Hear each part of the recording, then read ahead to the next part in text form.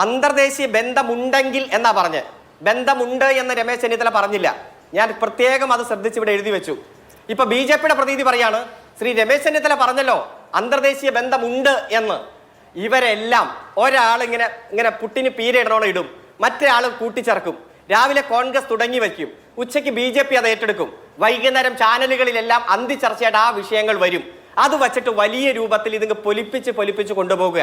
ഞാൻ ചോദിക്കട്ടെ, ഇവിടെ ഉയർന്നു വന്നിരിക്കുന്ന ആരോപണങ്ങൾക്ക് രണ്ട് മാനങ്ങളുണ്ട്. ഒന്ന്, സ്വർണം പൂശി നൽകാമെന്നേറ്റ് സ്പോൺസറെ പോലെ വന്ന് സ്വർണം കടത്തിക്കൊണ്ടുപോയ ആള്. രണ്ട്, കൃത്യമായിട്ട് സ്വർണം പൂശാൻ വിട്ടു നൽകുമ്പോൾ രേഖയിൽ പാലിക്കേണ്ട നടപടിക്രമങ്ങളിലും ചട്ടങ്ങളിലും പാലിക്കേണ്ട ആ ചട്ടം പാലിക്കാത്തത്.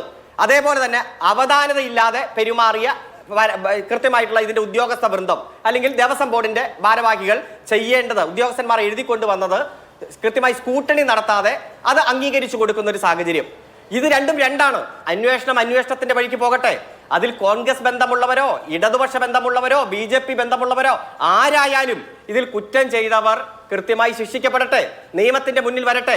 ഒരാളെ പോലും സംരക്ഷിക്കുന്ന നിലപാട് ഞങ്ങൾ സ്വീകരിക്കില്ല എന്ന് ആദ്യഘട്ടം മുതൽ തന്നെ ഞങ്ങൾ പറഞ്ഞു.